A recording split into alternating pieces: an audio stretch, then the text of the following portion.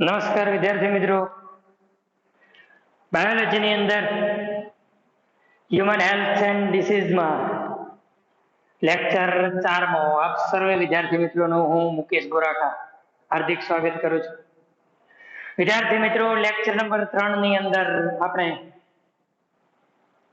બેક્ટેરિયાજન્ય રોગો જે આપણે લેક્ચર નંબર 2 ની અંદર શરૂ કર્યા હતા એ પૂર્ણ કર્યા. ત્યારબાદ વાયરસજન્ય રોગ શરદી ભણ્યા. હવે વિદ્યાર્થી મિત્ર આપણે ભણવાનું છે બહુ જ અગત્યનો વેરી મોસ્ટ આઈએમપી પ્રશ્ન, મેલેરિયા એટલે કે પ્રજીવ દ્વારા થતા રોગો ભણવાના છે. એ પ્રજીવ દ્વારા થતા રોગોની અંદર સૌ પ્રથમ આપણે ભણવાનું છે પ્લાઝ્મોડિયમ દ્વારા થતો રોગ મેલેરિયા. તો ચલો સૌથી પહેલા વિદ્યાર્થી મિત્રો આપણે ભણીએ છીએ. બરાબર સમજો, બહુ અગત્યનો પ્રશ્ન છે, થોડોક લોંગ પ્રશ્ન પણ છે. આપણી બુકની અંદર જેટલું આપેલું છે એટલું જ આપણે નથી ભણવાનું, થોડુંક એક્સ્ટ્રા ભણવાનું છે વધારે. એટલે બરાબર ધ્યાનપૂર્વક સંપૂર્ણ વિડીયો લેક્ચર જોજો, કેમ કે અમુક શબ્દો જે છે એ થોડાક ટફ આવશે અને યાદ રાખવા પડશે. લખી અને તૈયાર કરશો તો જ આ પ્રશ્ન આવડશે. એટલે બરાબર ધ્યાન રાખજો ખાસ. તો સૌથી પહેલા વિદ્યાર્થી મિત્રો શરૂ કરીએ આપણે મેલેરિયા. હવે સૌથી પહેલા તમને થાય સાહેબ આ મેલેરિયા જે છે આ શબ્દ કેવી રીતના ઉતર્યો, તો એની થોડીક માહિતી આપી દઉં વિદ્યાર્થી મિત્રો. હવે પહેલાના જમાનામાં જ્યારે આ રોગ નું સંશોધન નહોતું થયું, એટલે કે ભાઈ પછીથી એનું સંશોધન થયું. પહેલાના જમાનાની અંદર લોકો મેલેરિયા આ શબ્દ કેવી રીતના આવ્યો, તો એ બે શબ્દનો બનેલો છે, મેલ વત્તા એર. એર એટલે હવા અને મેલ એટલે દુર્ગંધ, જેને આપણે કહીએ છીએ. એવી હવા કે જે કાદવ વાળી જમીન છે, કીચડ વાળી ભૂમિ છે, કાદવ કીચડ વાળી જગ્યા જે છે ત્યાંથી આવતી હોય. એટલે એક ખરાબ જે દુર્ગંધ છે એ દુર્ગંધને કારણે એની આજુબાજુ શું થતું હતું, તો કે ભાઈ ઘણા લોકો બીમાર પડ્યા હતા. એટલે એમણે એવું માની દીધું કે ભાઈ આ જે એક ખરાબ સ્મેલ આવે છે ને, જે દુર્ગંધ છે, એ દુર્ગંધને કારણે આ લોકો બીમાર પડ્યા હશે એવું માની લીધું અને મેલેરિયા નામ પડ્યું. પણ હકીકતમાં તો આપણને ખબર છે કે ભાઈ આ કાદવ કીચડની અંદર મચ્છર થતા હતા અને મચ્છર દ્વારા રોગ ફેલાતો હતો. પરંતુ એવી માન્યતા પ્રમાણે આ નામ પડ્યું. તો યાદ રાખજો, મેલ એર, એના પરથી મલેરિયા નામ. હવે વિદ્યાર્થી મિત્રો કોના કારણે થશે આ રોગ, તો મેલેરિયા રોગ જે છે એ પ્લાઝ્મોડિયમ નામના પ્રજીવને કારણે થાય છે. ચલો તો બરાબર પહેલા તો સમજજો. ખબર જ છે તમને કે કોનાથી થશે, પ્લાઝ્મોડિયમ પ્રજીવથી. એટલે કે રોગકારક કોણ છે આનો, તો રોગકારક પ્લાઝ્મોડિયમ. ચલો રોગકારક છે પ્લાઝ્મોડિયમ પ્રજીવ. બરાબર સમજો વિદ્યાર્થી મિત્રો. હવે આ જે પ્લાઝ્મોડિયમ છે એની જુદી જુદી જાતો જે છે જે મેલેરિયા રોગ ફેલાવે છે, એ કઈ કઈ જાતો છે, તો સામાન્ય રીતે જુદી જુદી જાતો જે છે એ આપણે યાદ રાખવાની છે. યાદ રાખજો, સૌથી પહેલા પ્લાઝ્મોડિયમની જે મુખ્ય 4 જાતો જે છે એ ખાસ યાદ રાખજો. પ્લાઝ્મોડિયમ વાઇવેક્સ, ચલો પ્લાઝ્મોડિયમ વાઇવેક્સ, પછી Plasmodium falciparum, Plasmodium vivax, Plasmodium falciparum, Plasmodium malariae અને પ્લાઝ્મોડિયમ ઓવેલ. આ યાદ રાખજો વિદ્યાર્થી મિત્રો, આપની બુકમાં આપેલું નથી. પ્લાઝ્મોડિયમ ઓવેલ આ જે છે એ શું છે, તો વિદ્યાર્થી મિત્રો આ જે છે એ પ્લાઝ્મોડિયમની જે જુદી જુદી જાતિઓ છે. Plasmodium vivax, Plasmodium falciparum, Plasmodium malariae અને પ્લાઝ્મોડિયમ ઓવેલ. આ મુખ્યત્વે 4 પ્રકારની જે જાતિઓ છે જેના દ્વારા મેલેરિયા રોગ ફેલાય છે. આ દરેક જાતિ જે છે એનો સેવનકાળ જુદો જુદો હોય છે વિદ્યાર્થી મિત્રો. દરેક જાતિ જે છે એનો સેવનકાળ જુદો જુદો હોય છે. હવે સેવનકાળ તમને મેં 2 વિડીયો લેક્ચરમાં સમજાવ્યું વિદ્યાર્થી મિત્રો. એક્યુબેશન પીરિયડ, તો ખાલી માહિતી માટે યાદ રાખજો એક્યુબેશન પીરિયડ કોનો કેટલો એક્યુબેશન પીરિયડ છે, પ્લાઝ્મોડિયમ વાયવેક્સ. આ જો પ્લાઝ્મોડિયમ વાયવેક્સ એનો સેવનકાળ કેટલો છે, તો 14 દિવસ એનો સેવનકાળ છે. કેટલો સેવનકાળ? 14 દિવસનો સેવનકાળ છે. પ્લાઝ્મોડિયમ ફાલ્સીપેરમ જેનો સેવનકાળ કેટલો છે વિદ્યાર્થી મિત્રો, તો એનો સેવનકાળ છે 12 દિવસ. પ્લાઝ્મોડિયમ મલેરિયા, પ્લાઝ્મોડિયમ મલેરિયા જેનો સેવનકાળ છે 28 દિવસ, 28 ડે. અને પ્લાઝ્મોડિયમ ઓવેલ એનો જે સેવનકાળ જે છે એ 14 ડેઝ. યાદ રાખજો 14 દિવસ. તો આ યાદ રાખજો વિદ્યાર્થી મિત્રો. તો સૌથી પહેલા મેલેરિયા કોના કારણે થાય છે, અહીંયા વિદ્યાર્થીઓ ભૂલ કરીને આવે છે. કેમ કે મેલેરિયા કોના કારણે થાય છે એટલે કે કયા પ્રજીવને કારણે થાય છે, ત્યાં આગળ શું લખીને આવે, માદા એનોફિલિસ. પણ વિદ્યાર્થી મિત્રો ધ્યાન રાખજો, પ્લાઝ્મોડિયમ રોગ થાય છે કોના કારણે, તો પ્લાઝ્મોડિયમ રોગ પ્રજીવને કારણે. કયા પ્રજીવને કારણે, પ્લાઝ્મોડિયમ પ્રજીવને કારણે થશે આ મેલેરિયા રોગ. મેલેરિયા કોના કારણે થાય, પ્રજીવના કારણે. કયા પ્રજીવને કારણે મેલેરિયા થાય છે, પ્લાઝ્મોડિયમ પ્રજીવને કારણે. પ્લાઝ્મોડિયમની કઈ કઈ જાતો જે છે મેલેરિયા થવા માટે જવાબદાર છે, તો આપણે 4 જાતો લખી, Plasmodium vivax, Plasmodium falciparum, Plasmodium malariae અને પ્લાઝ્મોડિયમ ઓવેલ. આ જે જાતો જે છે એની અંદર પ્લાઝ્મોડિયમ ફાલ્સીપેરમ થી જે રોગ થાય, પ્લાઝ્મોડિયમ ફાલ્સીપેરમ થી જે મેલેરિયા થાય એ ઘાતક છે. તો આ ખાસ ધ્યાન રાખજો. આ બધા જે પ્લાઝ્મોડિયમ છે, બધી પ્લાઝ્મોડિયમની જાતો મેલેરિયા ફેલાવવા માટે જવાબદાર છે. પણ પ્લાઝ્મોડિયમ ફાલ્સીપેરમ થી થતો મેલેરિયા ઘાતક છે, એટલે કે સૌથી ખતરનાક. મેલેરિયા કોના કારણે થાય છે, તો પ્લાઝ્મોડિયમ ફાલ્સીપેરમ નામના પ્લાઝ્મોડિયમ થી થાય છે. હવે આ જે પ્લાઝ્મોડિયમ આ પરોપજીવી વિદ્યાર્થી મિત્રો સીધા આપણા શરીરમાં પ્રવેશ કરી શકતા નથી. જેના મુખ્ય 2 યજમાન છે. આ જે પ્રજીવ છે એના કેટલા યજમાન છે, 2 યજમાન છે, 2 હોસ્ટ છે, જેથી તેને ડાયજેનેટિક કહેવામાં આવે છે. આ શબ્દ યાદ રાખજો, ડાયજેનેટિક. એક હોસ્ટ હોય તો એને મોનોજેનેટિક કહેવામાં આવે અને 2 હોસ્ટ હોય તો એને ડાયજેનેટિક કહેવામાં આવે છે. તો મતલબ કે વિદ્યાર્થી મિત્રો એનું જીવન ચક્ર પ્લાઝ્મોડિયમનું છે એ 2 સજીવમાંથી પસાર થાય ત્યારે પૂર્ણ થાય છે. હવે કયા કયા 2 એની અંદર યજમાન છે, તો પ્રથમ મનુષ્ય અને બીજો યજમાન છે માદા એનાફિલિસ મચ્છર. આ રોગ વિદ્યાર્થી મિત્રો કેવી રીતના થાય, તો જ્યારે માદા એનાફિલિસ મચ્છર જે છે એના શરીરમાં રહેલો પ્લાઝ્મોડિયમ, એ માદા એનાફિલિસ મચ્છર આપણને કરડે ત્યારે એની લાળ મારફતે આપણા શરીરમાં દાખલ થાય અને આપણી અંદર રોગ ફેલાવે છે. તો ખાસ ધ્યાન રાખજો અહીંયા કે પ્લાઝ્મોડિયમ રોગનું વાહક કોણ છે, વાહક એટલે કે પ્લાઝ્મોડિયમનું વાહક કોણ છે, મેલેરિયા રોગના અંદર જે પ્લાઝ્મોડિયમ છે એનું વાહક કોણ છે, તો પ્લાઝ્મોડિયમનું વાહક છે માદા એનાફિલિસ મચ્છર. ધ્યાન રાખજો. અને એના યજમાન કેટલા પ્લાઝ્મોડિયમના, તો 2.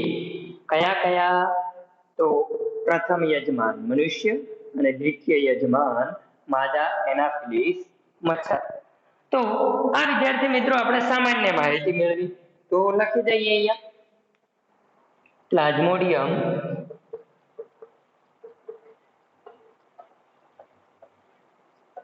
બે યજમાન છે, એક માનવ અને બીજું માદા એનાફિલિસ મચ્છર. તો ધ્યાન રાખજો, મચ્છર અને માનવ આ બે એના શું છે? હોસ્ટ છે. હોસ્ટ એટલે યજમાન, યજમાન એટલે આપણને ખબર જ છે, આપણે ઘેર કોઈક આવે તો આપણે એને કહીએ મહેમાન, જેને આપણે કહીએ ગેસ્ટ, તો આપણે શું થયા? યજમાન. તો ધ્યાન રાખજો વિદ્યાર્થી મિત્રો, તો પ્લાઝ્મોડિયમના જીવન ચક્રની અંદર એ બે યજમાનમાંથી પસાર થાય છે, એક માનવ અને બીજું મચ્છર. તો તમને ખબર પડે કે સાહેબ આપણે બેમાં જીવન ચક્ર ભણવાનું થાય, એક પ્લાઝ્મોડિયમનું માનવમાં જીવન ચક્ર અને બીજું પ્લાઝ્મોડિયમનું મચ્છરમાં જીવન ચક્ર. તો બરાબર સમજજો, આ હવે ભણવાનું છે આપણે જીવન ચક્ર. તો પ્લાઝ્મોડિયમનું જીવન ચક્ર બે યજમાનમાં પૂર્ણ થાય છે, એક માનવ અને બીજું મચ્છર. તો સૌથી પહેલા આપણે વિદ્યાર્થી મિત્રો પ્લાઝ્મોડિયમનું માનવમાં કેવી રીતના જીવન ચક્ર છે એ ભણીએ. તો બરાબર સમજજો, પ્લાઝ્મોડિયમનું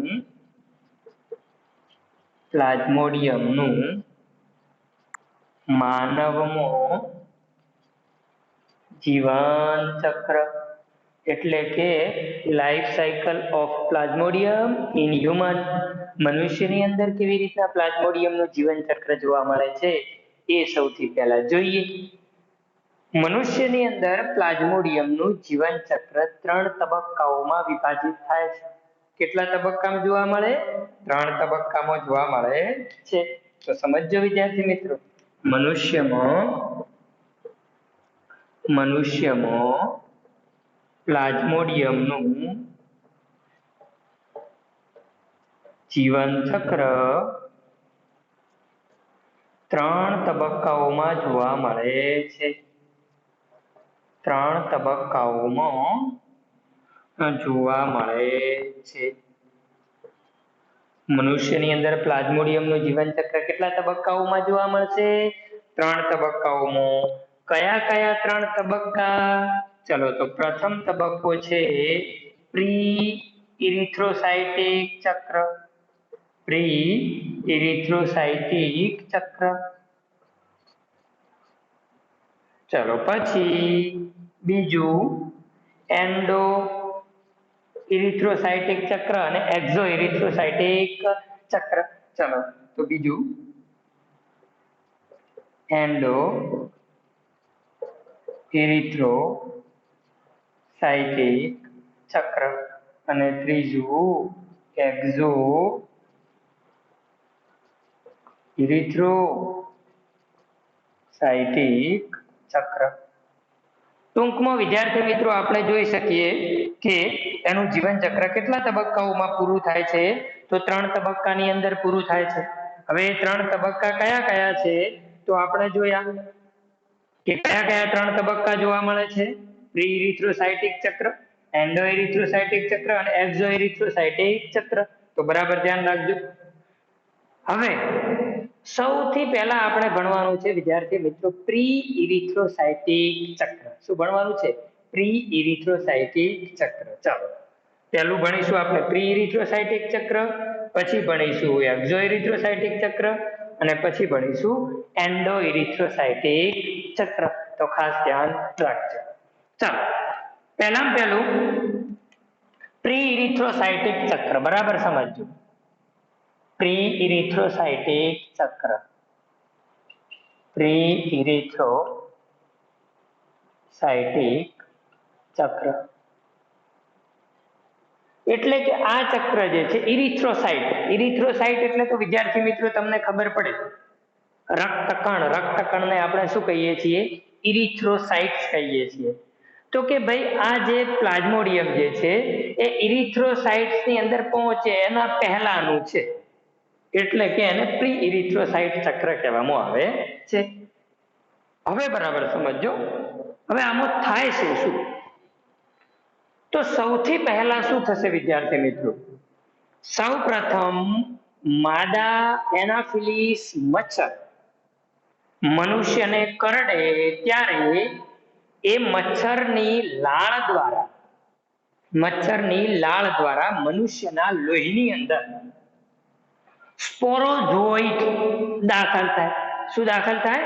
એના લાળ મારફતે સ્પોરોઝોઇટ મનુષ્યની અંદર દાખલ થશે.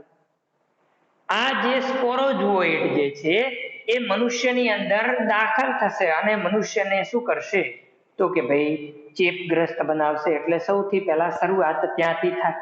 તો આની અંદર આપણે પ્રી ઇરિથ્રોસાઇટિક ચક્રની અંદર સૌપ્રથમ કઈ લખવાનું થાય સ્પોરોજુઓઇડ. તો ચલો સૌથી પહેલી અવસ્થા પ્રી ઇરિથ્રોસાઇટિક ચક્ર જે તબક્કો છે એની અંદર આપણે લખીએ તો સ્પોરોજુઓઇડ.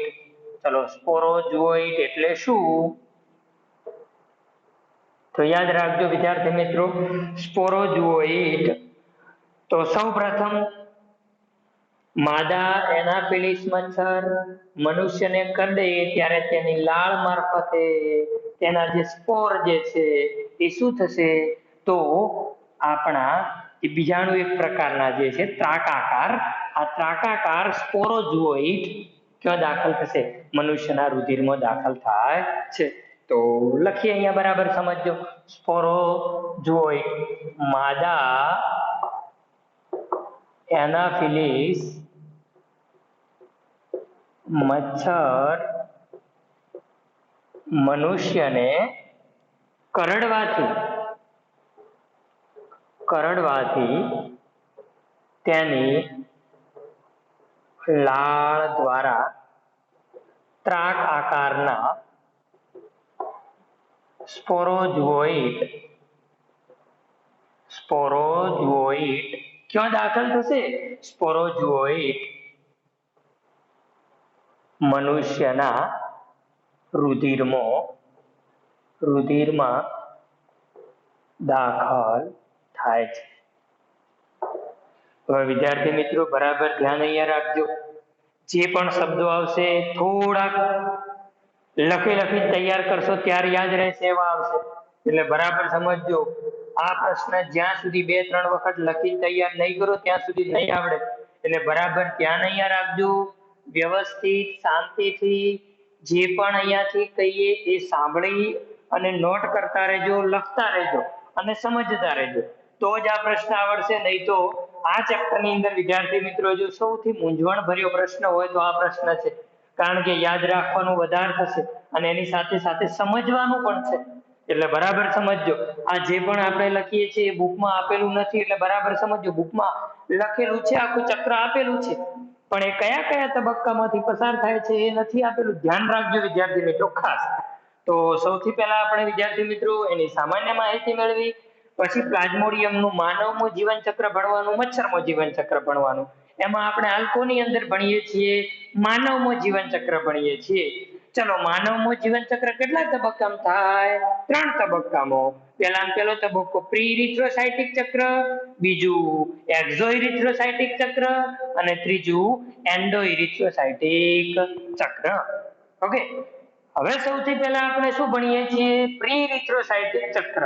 જેમાં શું થયું તો સૌથી પહેલા મચ્છર મનુષ્યને કરડ્યો, એની લાળની અંદર ત્રાક આકારના સ્પોરોજુઓઇડ જે ત્રાક આકારના સ્પોરોજુઓઇડ જે હતા એ આ રીતના જે સ્પોરોજુઓઇડ હતા એ સ્પોરોજુઓઇડ ક્યાં દાખલ થયા તો આ આકારના સ્પોરોજુઓઇડ જે છે એ મનુષ્યના રક્તમાં લોહીમાં દાખલ થયા. આ હવે જે સ્પોરોજુઓઇડ જે છે એ ધીરે ધીરે ક્યાં જશે તો રુધિર મારફતે યકૃત સુધી પહોંચશે, આપણા લીવર સુધી પહોંચશે. યકૃતમાં જઈ પોષણ મેળવશે, પોષણ મેળવી વૃદ્ધિ પામશે, વૃદ્ધિ પામી અને ગોળાકાર બનશે. અને આ ગોળાકાર જે બન્યા એને આપણે હવે શું કહીશું ક્રિપ્ટોસાઇઝોન્ટ કહીશું. શું કહીશું ક્રિપ્ટોસાઇઝોન્ટ.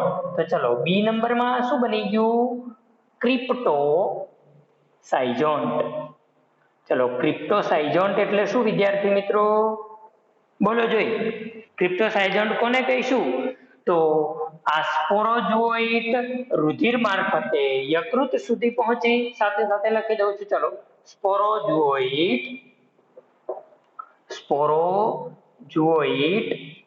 રુધિર મારફતે યકૃત સુધી પહોંચી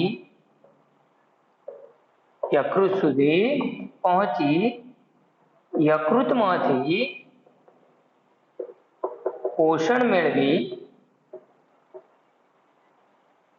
વૃદ્ધિ પામે છે, પોષણ મેળવી વૃદ્ધિ પામે છે અને કેવા બને છે? ગોળાકાર બને છે અને ગોળાકાર બને છે. વૃદ્ધિ પામીને કેવા બની ગયા? પેલા ત્રાક આકારના હતા, હવે કેવા બની ગયા? પ્લાઝ્મોડિયમ. તો હવે જે પ્લાઝ્મોડિયમ હતા એ ગોળાકાર બની ગયા. સૂક્ષ્મ પ્લાઝ્મોડિયમ હતા એ કેવા બની ગયા? ગોળાકાર બની ગયા. ઓકે, તો સૌપ્રથમ મચ્છર જ્યારે કરડ્યું ત્યારે સ્પોરોઝોઇટ જે છે, એટલે કે સ્પોરોઝોઇટ સ્વરૂપે શું હશે? પ્લાઝ્મોડિયમ જ હશે. શું હશે? પ્લાઝ્મોડિયમ જ હશે. એ રુધિરમાં ભળ્યું, લોહીમાંથી ક્યાં ગયું? યકૃતમાં. યકૃતમાં કેવું બન્યું? ગોળાકાર બન્યું. કેવું બન્યું? ગોળાકાર. જેને આપણે શું કીધું? ક્રિપ્ટોસાઇઝોન્ટ. જેને ક્રિપ્ટોસાઇઝોન્ટ કહે છે. ક્રિપ્ટોસાઇઝોન્ટ કહે છે. બરાબર. તો અહીંયા વિદ્યાર્થી મિત્રો આપણે પ્રી ઇરિથ્રોસાઇટિક ચક્ર પૂરું થયું. શું થયું? પ્રી ઇરિથ્રોસાઇટિક ચક્ર પૂર્ણ. પડશે ખબર?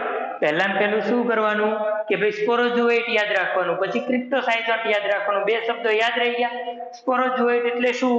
તો માદા એનોફિલિસ મચ્છર જ્યારે મનુષ્યને કરડશે ત્યારે તેની લાળ દ્વારા પ્લાઝ્મોડિયમ જે છે એ ક્યાં દાખલ થાય છે? તો મનુષ્યમાં દાખલ થાય છે. એ લાળ દ્વારા જે પ્લાઝ્મોડિયમ કયા સ્વરૂપે દાખલ થયા? ત્રાક આકારના સ્પોરોઝોઇટ સ્વરૂપે દાખલ થયા. આ સ્પોરોઝોઇટ યકૃતમાં જઈ પોષણ મેળવી વૃદ્ધિ પામી ગોળાકાર બન્યા, જેને આપણે કહીશું ક્રિપ્ટોસાઇઝોન્ટ. ઓકે, હવે બીજો તબક્કો એક્ઝો ઇરિથ્રોસાઇટિક ચક્ર. એક્ઝો એટલે બહાર અને એન્ડો એટલે અંદર. એક્ઝો ઇરિથ્રોસાઇટિક ચક્ર એટલે કે રક્તકણની બહાર થતું હશે એવું આપણે કહીએ. એક્ઝો ઇરિથ્રોસાઇટિક ચક્ર. એક્ઝો ઇરિથ્રોસાઇટિક ચક્ર. ચલો બરાબર સમજો.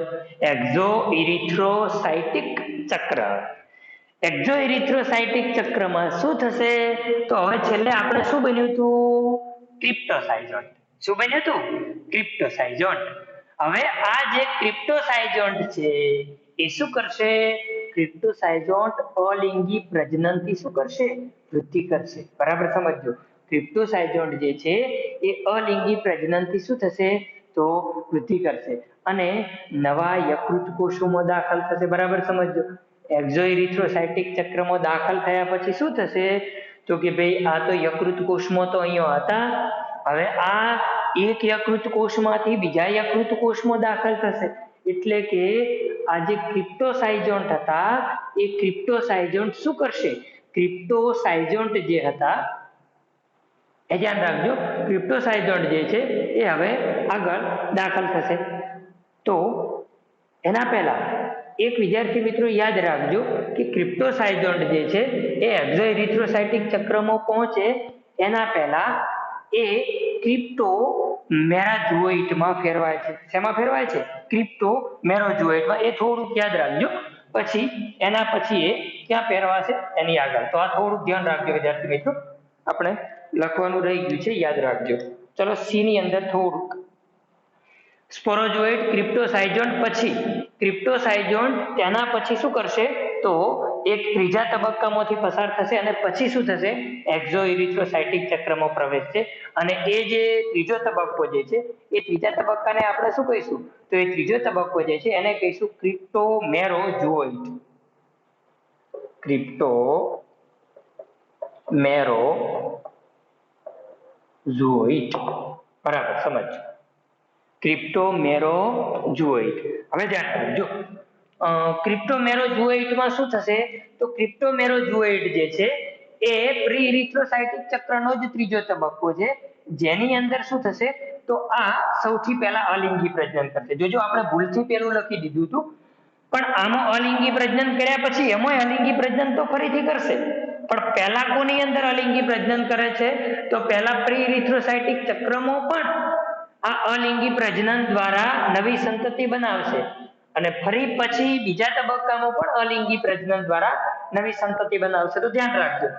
ક્રિપ્ટોમેરોઝોઇટ એટલે શું? તો આ જે ક્રિપ્ટોસાઇઝોન્ટ છે એ ક્રિપ્ટોસાઇઝોન્ટ અલિંગી પ્રજનન કરશે અને એ અલિંગી પ્રજનન કરી અને શું કરશે? તો ફરીથી પાછા નવા જે છે એ પ્લાઝ્મોડિયમ બનાવશે. પણ અહીંયા એક શબ્દ ખાસ યાદ રાખવાનો છે વિદ્યાર્થી મિત્રો, ક્રિપ્ટોસાયઝોન્ટ અલિંગી પ્રજનન કરે છે એ ક્રિયાને શું કહેવાય? અલિંગી પ્રજનનની ક્રિયાને શું કહેવાય? તો એ અલિંગી પ્રજનનની ક્રિયા જે છે એને વિદ્યાર્થી મિત્રો સાયઝોગોની કહેવામાં આવે છે. આ ખાસ ધ્યાન રાખજો. શું કહેવામાં આવે? સાયઝોગોની કહેવામાં આવે છે. તો અહીંયા ખાસ ધ્યાન રાખજો. ક્રિપ્ટોસાયઝોન્ટ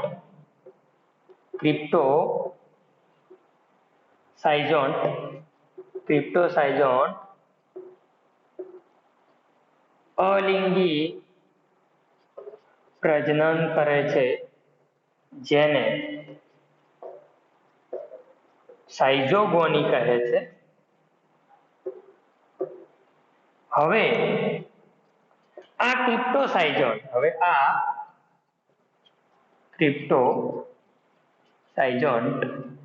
શેમાં ફેરવાય? ક્રિપ્ટોસાયઝોન્ટ ક્રિપ્ટોમેરોઝોઇટમાં ફેરવાય છે. ક્રિપ્ટોમેરોઝોઇટમાં ફેરવાય છે. જોજો વિદ્યાર્થી મિત્રો બરાબર યાદ રાખજો, કારણ કે યાદ રાખવાનું છે. બહુ સમજવાનું તો સમજાઈ દઈશું તમને, પણ યાદ રાખવાનું છે તમારે. એટલે બરાબર સમજજો, પછી યાદ રાખજો, 3 વખત લખજો તો યાદ રહેશે. કારણ કે ધીસ ઇઝ લોચેસ કિસ, એટલે ધ્યાન રાખજો. આજે બહુ કિસ્સો થોડોક લોચાવાળો છે એટલે ધ્યાન રાખજો. તો સ્પોરોઝોઇટ, ક્રિપ્ટોસાયઝોન્ટ, ક્રિપ્ટોમેરાઝોઇટ, આ 3 તબક્કા કોની અંદર થશે? તો કે પ્રી ઇરિથ્રોસાઇટિક ચક્રની અંદર આવશે. પ્રી ઇરિથ્રોસાઇટિક ચક્ર પહેલા શું થયું? તો પહેલા મચ્છર કરડે એટલે સ્પોરોઝોઇટ દાખલ થયા, ત્યાંથી યકૃતમાં ગયા, યકૃતમાં ગઈને વૃદ્ધિ પામી ગોળાકાર બન્યા. ગોળાકાર બન્યા પછી શું થયું? તો ગોળાકાર બન્યા પછી હવે વૃદ્ધિ પામી કમ્પ્લીટ કેપેબલ બની ગયા. કેપેબલ બની ગયા એટલે શું કર્યું? અલિંગી પ્રજનન કર્યું. કેમ કે ભાઈ હવે અમે સક્ષમ છીએ, હમ દો હમારે દો બનાને ચાહતે હૈ. એટલે શું થયું? તો એમાંથી સૌથી પહેલા સ્પોરોઝોઇટ, એમાંથી ક્રિપ્ટોસાયઝોન્ટ, પછી બન્યું ક્રિપ્ટોમેરોઝોઇટ. હવે શું થશે? તો હવે આ ક્રિપ્ટોમેરોઝોઇટ જે છે એ દ્વિતીય તબક્કામાં પ્રવેશ છે, એટલે કે એક્ઝોઇરિથ્રોસાઇટિક ચક્રની અંદર આપણે જઈશું. તો ખાસ ધ્યાન રાખજો. બીજો તબક્કો છે એક્ઝો ઇરિથ્રોસાઇટિક ચક્ર. એક્ઝોઇરિથ્રોસાઇટિક ચક્ર. એક્ઝોઇરિથ્રોસાઇટિક ચક્રમાં શું થશે? તો એક્ઝોઇરિથ્રોસાઇટિક ચક્રમાં સૌપ્રથમ આ જે ક્રિપ્ટોમેરોઝોઇટ છે એ ક્રિપ્ટોમેરોઝોઇટ જે છે એ નવા યકૃત કોષોમાં પ્રવેશ છે. હવે જુઓ અહીંયા તો આટલા સુધી શું બન્યું હતું? ક્રિપ્ટોમેરોઝોઇટ બન્યા હતા. હવે આ ક્રિપ્ટોમેરોઝોઇટ બન્યા અલિંગી પ્રજનન કરીને, તો એ ક્રિપ્ટોમેરોઝોઇટ હવે શું કરશે? તો વળી એક યકૃત કોષમાંથી નવા યકૃત કોષમાં પ્રવેશશે, એક સેલમાંથી બીજા સેલમાં જશે. તો એ અલિંગી પ્રજનન કરશે અને શું કરશે? નવા યકૃત કોષોમાં પ્રવેશે છે. હવે નવા યકૃત કોષોની અંદર પ્રવેશી અને શું કરશે? આ નવા યકૃત કોષોની અંદર પ્રવેશી અને યકૃત કોષને શું કરે છે? તોડે છે. વૃદ્ધિ પામી ગોળાકાર બની અને વળી શું કરશે? તો યકૃત કોષોને તોડશે. તો આમાં વળી પાછા 2 તબક્કા ભણવાના થાય. કયા કયા 2 તબક્કા? તો ચલો ભણીએ 2 તબક્કા. એમાં ચલો પહેલો તબક્કો જે છે, પહેલો તબક્કો જે છે એ મેટાક્રિપ્ટોસાયઝોન્ટ.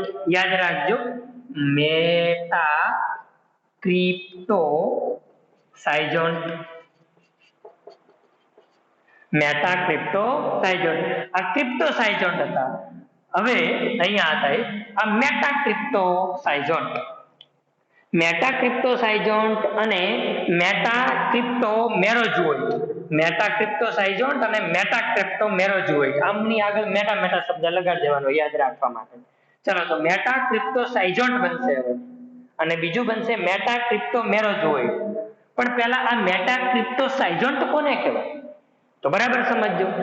ક્રિપ્ટોમેરોઝોઇટ જે છેલ્લે બન્યા હતા, ક્રિપ્ટોમેરોઝોઇટ નવા યકૃત કોષોમાં દાખલ થઈ વૃદ્ધિ પામે અને ગોળાકાર બને છે. અહીંયા જે થયું હતું ને એ હવે ક્યાં થશે? તો કે અહીંયા થશે. બરાબર સમજો, ફરીથી જોજો બરાબર. ચાલો, છેલ્લે શું બન્યું હતું? ક્રિપ્ટોમેરોઝોઇડ. એ ક્રિપ્ટોમેરોઝોઇડ શું કરશે? તો ક્રિપ્ટોમેરોઝોઇડ જે છે એ નવા યકૃત કોષોમાં દાખલ થાય. ક્રિપ્ટોમેરોઝોઇડ નવા યકૃત કોષોમાં દાખલ થઈ વૃદ્ધિ પામી ગોળાકાર બને છે, જેને શું કહીએ છીએ? જેને મેટાક્રિપ્ટોસાયઝોન્ટ કહે છે. જેને મેટાક્રિપ્ટો જેને મેટાક્રિપ્ટોસાયઝોન્ટ કહે છે. મેટાક્રિપ્ટોસાયઝોન્ટ કહે છે. તો બરાબર સમજજો, એકદમ સહેલું છે આમ તો આટલા સુધી. હવે જોજો, પહેલું શું થયું? તો સ્પોરોઝોઇડ ત્રાકાકાર હતા, ગોળાકાર બન્યા એટલે શું બની ગયું? ક્રિપ્ટોસાયઝોન્ટ. એ ક્રિપ્ટોસાયઝોન્ટ વૃદ્ધિ પામી અલિંગી પ્રજનન કર્યું પછી તો ક્રિપ્ટોમેરોઝોઇડ બની ગયા. હવે વળી એ નવા યકૃત કોષોમાં દાખલ થશે એટલે વળી પાછી વૃદ્ધિ પામશે અને ગોળાકાર બનશે તો મેટાક્રિપ્ટોસાયઝોન્ટ થઈ ગયું. હવે વળી પાછા વૃદ્ધિ પામેલા જે છે ગોળાકાર જે છે એ વળી પાછું અલિંગી પ્રજનન કરશે અને યકૃત કોષને તોડી દેશે. અને જે બનાવશે એને આપણે શું કહીશું? અહીંયા મેટાક્રિપ્ટોસાયઝોન્ટ હતું, હવે આવશે મેટાક્રિપ્ટોમેરોઝોઇડ. શું બનાવશે? મેટાક્રિપ્ટોમેરોઝોઇડ. તો ચલો બીજું આવી ગયું હવે મેટાક્રિપ્ટોમેરોઝોઇડ. ચલો મેટાક્રિપ્ટોમેરોઝોઇડ માં શું થશે? તો બરાબર સમજજો, આ જે મેટાક્રિપ્ટોસાયઝોન્ટ હતા અથવા તો આપણે કહીએ કે ભાઈ ક્રિપ્ટોસાયઝોન્ટ હતા, એ જે આ મેટાક્રિપ્ટોસાયઝોન્ટ છે એ શું કરશે? તો મેટાક્રિપ્ટોસાયઝોન્ટ જે છે એ અલિંગી પ્રજનન દ્વારા શું કરશે? અલિંગી પ્રજનન દ્વારા યકૃત નવી સંતતિ બનાવશે, યકૃત કોષને તોડે છે અને યકૃત કોષને તોડી અને શેમાં દાખલ થશે? રુધિર. શેમાં દાખલ થશે? રુધિરમાં. તો યાદ રાખજો. તો હવે શું થશે? તો આ તબક્કાની અંદર મેટાક્રિપ્ટોસાયઝોન્ટ, ચલો શોર્ટમાં લખું છું, યાદ રાખજો. ક્રિપ્ટોસાયઝોન્ટ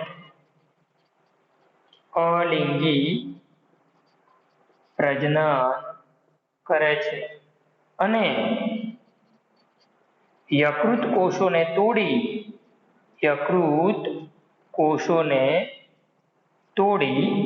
રુધિરમાં દાખલ થાય છે. ચલો યકૃત કોષોને તોડીને ક્યાં દાખલ થશે? રુધિરમાં દાખલ થશે. એનો મતલબ કે હવે લોહીમાં આવી ગયું. લોહીની અંદર ક્યાં દાખલ થશે? તો રક્તકણમાં. બરાબર સમજજો, ક્યાં દાખલ થશે? રક્તકણમાં. તો મતલબ કે તમને ખબર પડી ગઈ કે હવેનો જે તબક્કો આવશે એ એન્ડોઇરિથ્રોસાયટિક ચક્ર આવશે. કેમ કે આટલી વખત આપણે રક્તકણની બહાર બધું ભણતા હતા, હવે રક્તકણમાં પ્રોસેસ થવાની છે. તો સૌથી પહેલા વિદ્યાર્થી મિત્રો આનો સ્ક્રીનશોટ લઈ લો, પછી આપણે આગળનો તબક્કો ભણીએ.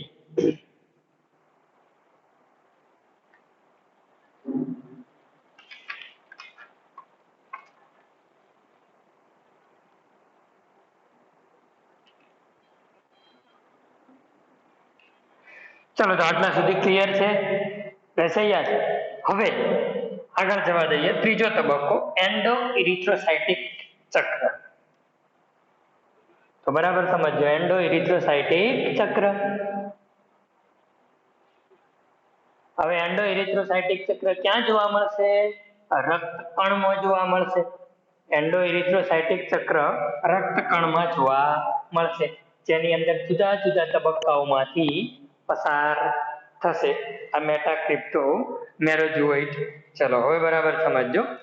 ત્રીજા નંબરનો અને છેલ્લો માનવની અંદર પ્લાઝ્મોડિયમના જીવન ચક્રનો તબક્કો, જેને આપણે શું કહીએ છીએ?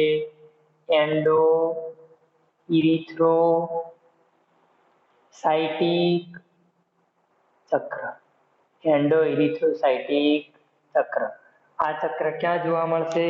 તો રક્તકણની અંદર જોવા મળે છે. ચલો યાદ રાખજો, આ તબક્કો ક્યાં જોવા મળે? રક્તકણમાં. ચલો આ તબક્કો રક્તકણમાં જોવા મળે છે. આ યાદ રાખજો, આ તબક્કો ક્યાં જોવા મળશે? તો આ તબક્કો રક્તકણમાં જોવા મળશે. હવે થશે શું? તો છેલ્લે મેટાક્રિપ્ટોમેરોઝોઇટ બન્યું હતું વિદ્યાર્થી મિત્રો. આ મેટાક્રિપ્ટોમેરોઝોઇટ ક્યાં ગયું હતું? તો રુધિરમાં. રુધિરમાં ક્યાં જશે? રક્તકણમાં દાખલ થશે અને રક્તકણમાં જઈ અને ગોળાકાર બનશે. એ ગોળાકાર બને એને કહેવાય ટ્રોફોઝોઇટ. શું કહેવાય? ટ્રોફોઝોઇટ. બરાબર સમજજો. ચલો તો આની અંદર શું થશે? તો બરાબર સમજજો. સૌથી પહેલા ટ્રોફોઝોઇટ. ચલો ટ્રોફોઝોઇટ એટલે શું? તો બરાબર સમજજો. ટ્રોફોઝોઇટ કોને કહીશું? મેટાક્રિપ્ટોમેરોઝોઇટ. ચલો શોર્ટમાં લખું છું, મેટાક્રિપ્ટોમેરોઝોઇટ. મેટાક્રિપ્ટોમેરોઝોઇટ રક્તકણમાં કેવું બને છે? રક્તકણમાં ગોળાકાર બને છે. ગોળાકાર બને છે જેને શું કહેવાય છે? ટ્રોફોઝોઇટ કહેવાય છે. જેને ટ્રોફોઝોઇટ કહે છે. શું કહીશું? ટ્રોફોઝોઇટ કહેવામાં આવે છે. બરાબર. હવે આ રક્તકણની અંદર જે પરોપજીવી હતું ગોળાકાર તો બની ગયું. મેટાક્રિપ્ટોમેરોઝોઇટ ગોળાકાર બની ગયા. હવે શું થશે? તો તેની અંદર ખોટા પગો ઉત્પન્ન થશે. શું થશે? ખોટા પગો ઉત્પન્ન થશે. અને આ ખોટા પગો ઉત્પન્ન થવાની જે ક્રિયા છે, આ જે તબક્કો છે, એને આપણે કહીશું અમીબોઇડ. શું કહીશું? અમીબોઇડ કહીશું. ચલો તો બીજી ટ્રોફોઝોઇટ પછી અમીબોઇડ. ચલો બરાબર સમજો. અમીબોઇડ એટલે શું? તો આ જે ટ્રોફોઝોઇટ છે એ ટ્રોફોઝોઇટ ખોટા પગ ઉત્પન્ન કરે છે જેને આપણે શું કહીએ છીએ? અમીબોઇડ. ચલો ટ્રોફોઝોઇટ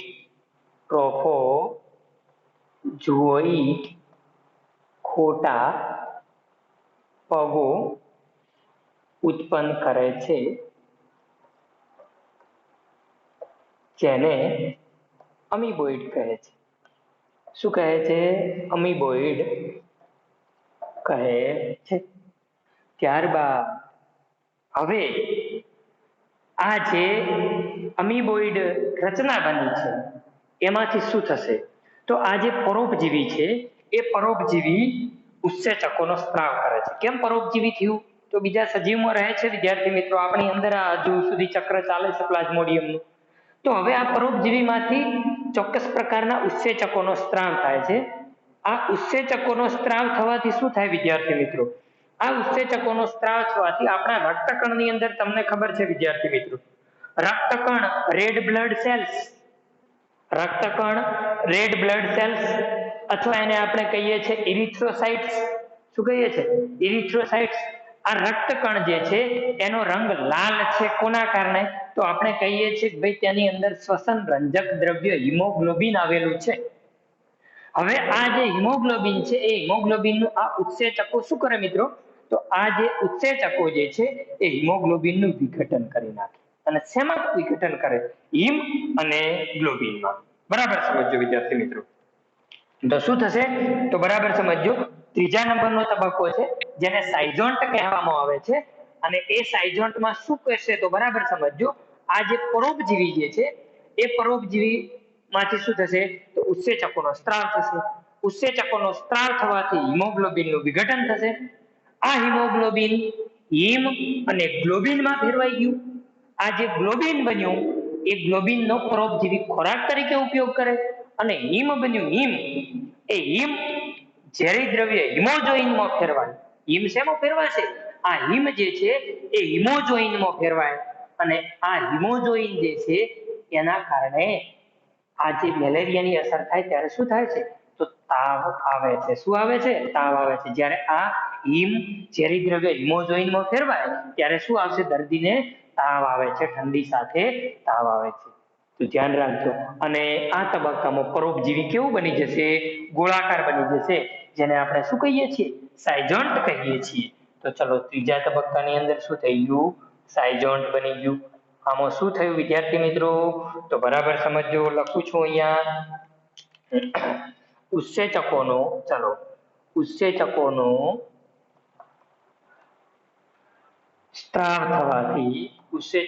સ્ત્રાવ થવાથી હિમોગ્લોબિનનું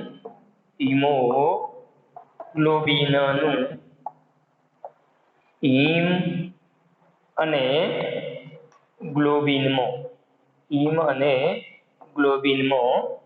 વિઘટન થાય છે.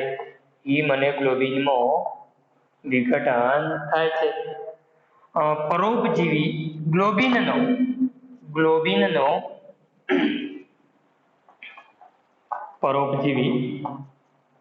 ગ્લોબિનનો પરોપજીવી ખોરાક તરીકે ઉપયોગ કરે છે જ્યારે હિમ ઝેરી દ્રવ્ય હિમોજોઈનમાં ફેરવાય છે. શેમાં ફેરવાય? હિમોજોઈનમાં ફેરવાય છે. આ દરમિયાન યાદ રાખજો, દર્દીને શું આવે? તાવ આવે. ધ્યાન રાખજો. હવે પરોપજીવી તેમજ આ તબક્કામાં પરોપજીવી ગોળાકાર બને છે, જેને શું કહે છે વિદ્યાર્થી મિત્રો? સાયજન્ટ કહે.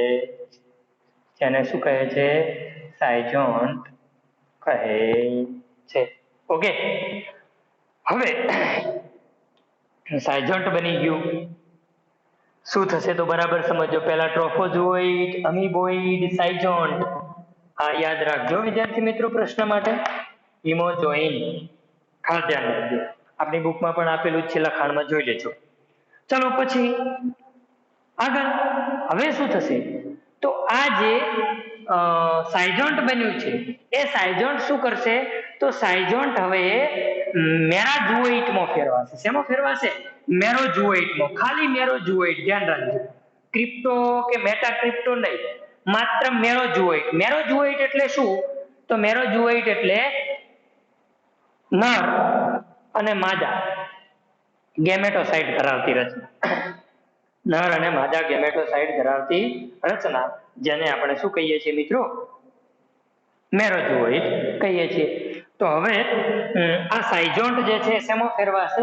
તો સાયજન્ટ જે છે એ મેરોઝોઇટમાં ફેરવાય. આ મેરોઝોઇટ જે છે એની અંદર શું હોય? તો નાના કદના અને મોટું કોષ કેન્દ્ર ધરાવતા, કોષ કેન્દ્ર મોટું પણ કદ નાનું એવા નર ગેમેટોસાઇટ, અને કદમાં મોટા પણ કોષ કેન્દ્ર નાનું એવા માદા ગેમેટોસાઇટ બને છે. એટલે કે આ તબક્કો થયો એ તબક્કાને આપણે શું કહીશું? ગેમેટોસાઇટ કહીશું. આ ડી તબક્કો જે છે કયો છે વિદ્યાર્થી મિત્રો? ગેમેટોસાઇટ. ચલો ગેમેટોસાઇટ. તો હવે શું થશે તો બરાબર સમજો. સાયજન્ટ મેરાઝોઇટમાં ફેરવાય છે. શું થશે? સાયજન્ટ મેરોઝોઇટમાં ફેરવાય છે. જેમાં નાના કદના અને મોટું કોષ કેન્દ્ર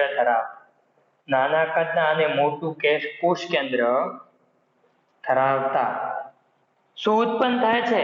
તો મોટું કોષ કેન્દ્ર ધરાવતા નર ગેમેટોસાઇટ તેમજ કદમાં મોટા કદમાં મોટા અને નાનું કોષ કેન્દ્ર ધરાવતા નાનું કોષ કેન્દ્ર ધરાવતા માદા ગેમેટોસાઇટ ગેમેટોસાઇટ ઉત્પન્ન થાય છે. ઓકે, તો શું બન્યું? હવે તમે જોઈ શકો કે નર ગેમેટોસાઇટ અને માદા ગેમેટોસાઇટ બની ગયું. વિદ્યાર્થી મિત્રો એક અહીંયા નોટ કરજો કે મનુષ્યમાં જ્યાં સુધી આ પ્લાઝ્મોડિયમે એનું ચક્ર વિતાવ્યું અત્યાર સુધી તેમાં ક્યાંય લિંગી પ્રજનન નથી થયું. કયું પ્રજનન થયું? અલિંગી પ્રજનન થયું. અને હજુ પણ ક્યાંય લિંગી પ્રજનન થવાનું નથી. આ છેલ્લો તબક્કો હતો. આ જે છે એ નર ગેમેટોસાઇટ અને માદા ગેમેટોસાઇટ જે છે એ નર ગેમેટોસાઇટ અને માદા ગેમેટોસાઇટ હવે શું થશે? તો અહીંયા બધું માનવમાં જીવન ચક્ર પૂર્ણ થઈ ગયું. હવે શું થશે? તો આટલા સુધી પહોંચ્યા છીએ આપણે. હવે ધારો કે જે દર્દી છે મેલેરિયાનો એમાં આટલા સુધી કમ્પ્લીટલી આ નર ગેમેટોસાઇટ ને માદા ગેમેટોસાઇટ ઉત્પન્ન થઈ ગયા છે. હવે કોઈ મચ્છર આવી અને એને કરડે તો એના રક્તકણમાં એનું શું કરડશે એટલે લોહી ચૂસશે. હવે કોઈ મચ્છર કયું? માદા એનોફિલિસ મચ્છર. હવે માદા એનોફિલિસ મચ્છર આ જે રોગિષ્ટ વ્યક્તિ છે એનું લોહી ચૂસે એટલે આ લોહી મારફતે રક્તકણ મારફતે આ નર ગેમેટોસાઇટ અને માદા ગેમેટોસાઇટ ક્યાં જાય? મચ્છરમાં જાય. મચ્છરના આંતરડામાં જાય. જ્યાં આગળ જઈ અને લિંગી પ્રજનન કરે અને લિંગી પ્રજનન કરી ફરીથી સ્પોરોઝોઇટ બનાવે. એ સ્પોરોઝોઇટ લાળમાં આવે. ફરીથી પાછું એ તંદુરસ્ત વ્યક્તિને કરડે એટલે વળી પાછું એની અંદર આના તબક્કાઓ શરૂ. પ્રી ઇરિથ્રોસાઇટિક ચક્રથી એક્ઝોઇરિથ્રોસાઇટિક થી એન્ડો ઇરિથ્રોસાઇટિક. આ સમગ્ર ઘટનાનો વળીથી બિચારાને ભોગ બનવાનું. તો આ થઈ ગયું વિદ્યાર્થી મિત્રો કમ્પ્લીટલી આપણું માનવની અંદર પ્લાઝ્મોડિયમનું જીવન ચક્ર પૂર્ણ થયું. તો હવે વિદ્યાર્થી મિત્રો તમે આનો સ્ક્રીનશોટ લઈ શકો છો કારણ કે ત્રણે ત્રણ આની અંદર આવી ગયા છે. એટલે સ્ક્રીનશોટ લઈ લો. પછી આપણે મચ્છરની અંદર જીવન ચક્ર ભણી લઈએ એટલે આપણો પ્રશ્ન વિદ્યાર્થી મિત્રો પૂરો થઈ જાય.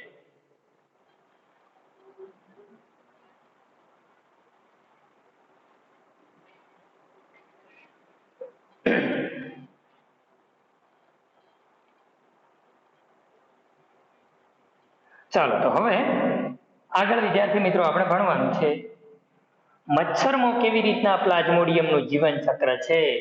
આ તો આપણે કોની અંદર ભણ્યા? મનુષ્યની અંદર પ્લાઝ્મોડિયમ કેવી રીતના જીવન વિતાવે છે એ ભણ્યા. પણ હવે એ મચ્છરમાં કેવી રીતના જીવન વિતાવે છે, મચ્છરની અંદર જીવન કેવી રીતના વિતાવે છે એ ભણવાનું છે. ચાલો હવે બરાબર સમજો. ચલો બીજો એનો જે યજમાન હતો એટલે કે મચ્છરમાં પ્લાઝ્મોડિયમનું જીવન ચક્ર. મચ્છરમાં પ્લાઝ્મોડિયમનું જીવન ચક્ર. મચ્છરમાં કેવી રીતના પ્લાઝ્મોડિયમ જીવન વિતાવે છે, મચ્છરમાં પ્લાઝ્મોડિયમનું જીવન ચક્ર કેવી રીતના જોવા મળે છે એ હવે જોઈએ. તો પહેલો જ તબક્કો તમને ખબર પડી જાય વિદ્યાર્થી મિત્રો. પહેલી જ વખત શું થશે? તો સૌપ્રથમ નર ગેમેટોસાઇટ એટલે કે પ્લાઝ્મોડિયમનો ચેપ ધરાવતું રુધિર, પ્લાઝ્મોડિયમનું ચેપ ધરાવતું રુધિર શું કરે છે? તો માદા એનાફિલિસ મચ્છર ચૂસે છે અને એ રુધિર ચૂસશે એટલે શું થશે? તો એના અંદર નર ગેમેટોસાઇટ અને માદા ગેમેટોસાઇટ દાખલ કરે છે. તો ચલો પહેલા પહેલું શું થશે મચ્છરમાં? તો ચલો પહેલો તબક્કો શું થશે? પ્લાઝ્મોડિયમના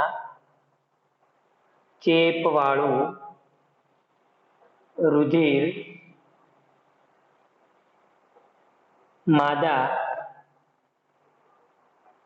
એનાફિલિસ મચ્છર ચૂસે ત્યારે નર અને માદા ગેમેટોસાઇટ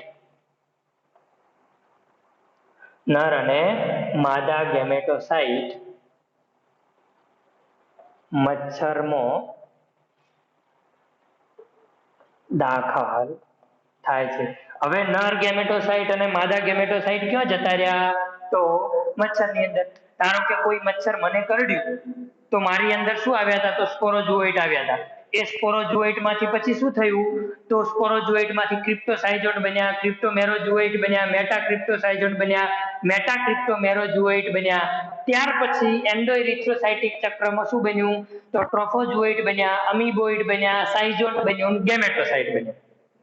આટલું બધું છું ને હવે વળી પાછું ધારો કે મને બીજું મચ્છર કરડ્યું તો મારી અંદર શું હતું? તો વિદ્યાર્થી મિત્રો નર ગેમેટોસાઇટ અને માદા ગેમેટોસાઇટ છેલ્લે બન્યા હતા. તો એ મચ્છરની અંદર હવે શું થઈ ગયા? દાખલ થઈ ગયા. અને એ મચ્છરની અંદર કયો જશે? તો આંતરડા સુધી પહોંચશે. અને શું થશે? આ જે નર ગેમેટોસાઇટ અને માદા ગેમેટોસાઇટ, બરાબર સમજજો, શું થશે? નર અને માદા ગેમેટોસાઇટ હવે શેના તરીકે ઓળખાશે? તો યાદ રાખજો, હવે નર ગેમેટોસાઇટ ને માઇક્રોગેમેટ અને માદા ગેમેટોસાઇટ ને મેગાગેમેટ તરીકે ઓળખાય છે. ચલો તો નર ગેમેટોસાઇટ નાના હતા, કદમાં નાના અને મોટું કોષ કેન્દ્ર ધરાવતા. નર ગેમેટોસાઇટ માઇક્રોગેમેટ તેમજ માદા ગેમેટોસાઇટને મેગા ગેમેટ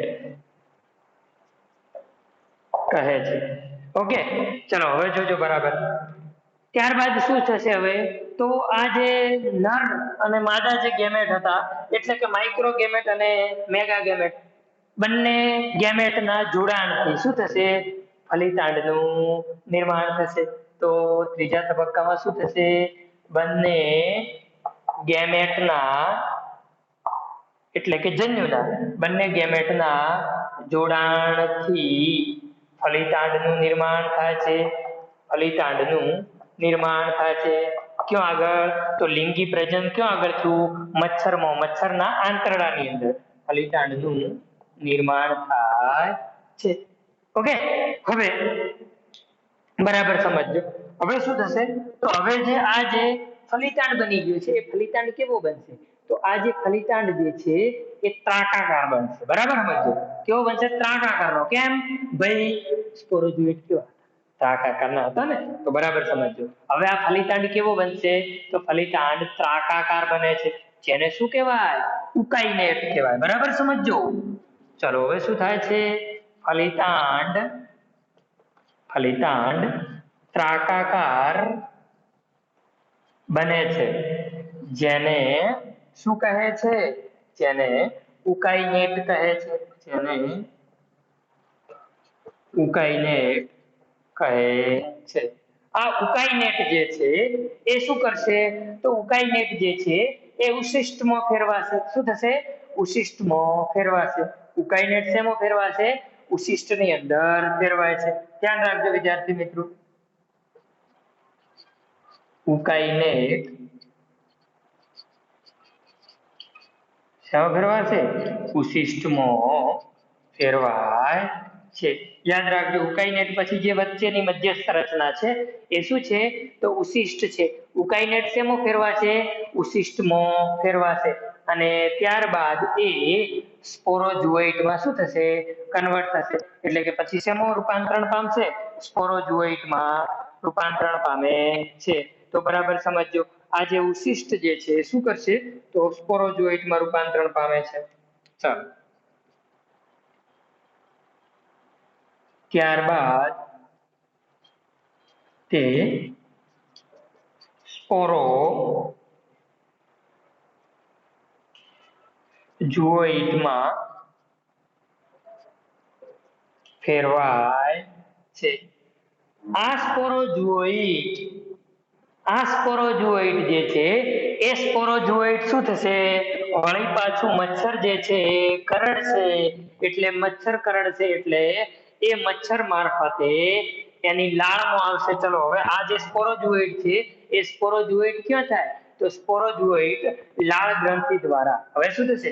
આ સ્પોરોઝોઇટ જે છે એ લાળ ગ્રંથિમાં આવશે. લાળ ગ્રંથિ દ્વારા મનુષ્યના ક્યાં જશે? તો મનુષ્યના શું થશે? તો મનુષ્યના આંતરડાની અંદર મનુષ્યની અંદર શું કરશે? તો એ મચ્છર કરડવાથી એની અંદર દાખલ થશે અને મનુષ્યની અંદર દાખલ થશે, જેથી શું થશે? ફરી પાછું આગળ મનુષ્યની અંદર એનું જીવન ચક્ર શરૂ થશે. આ મનુષ્યની અને મચ્છરની અંદર જીવન ચક્ર આ રીતના શું થાય છે? તો વિતાવે છે.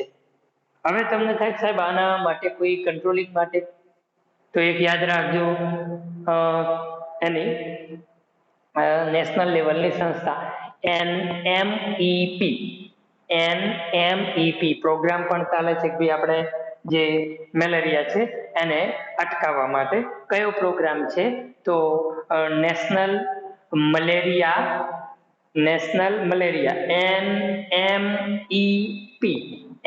NMEP ધ્યાન રાખજો, એનું પૂરું નામ યાદ રાખજો. NMEP આ પ્રોગ્રામ યાદ રાખજો, national malaria eradication programme. National malaria eradication programme યાદ રાખજો. National malaria eradication programme. National malaria eradication programme એ પણ આના અટકાવ માટે શરૂ કરવામાં આવ્યો છે.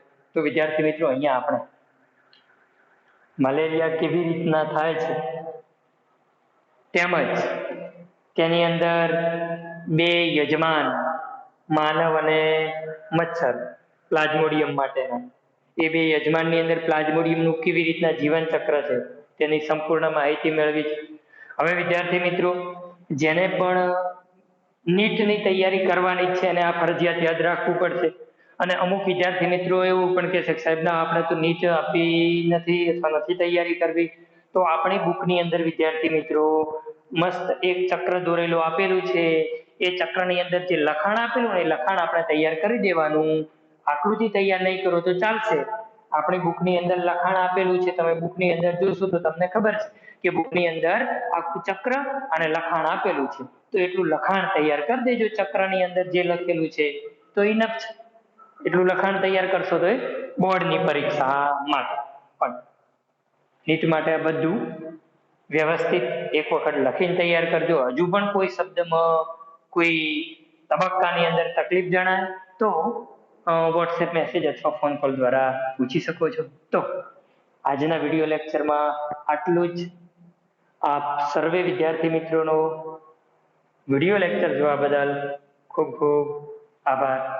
Have a nice day.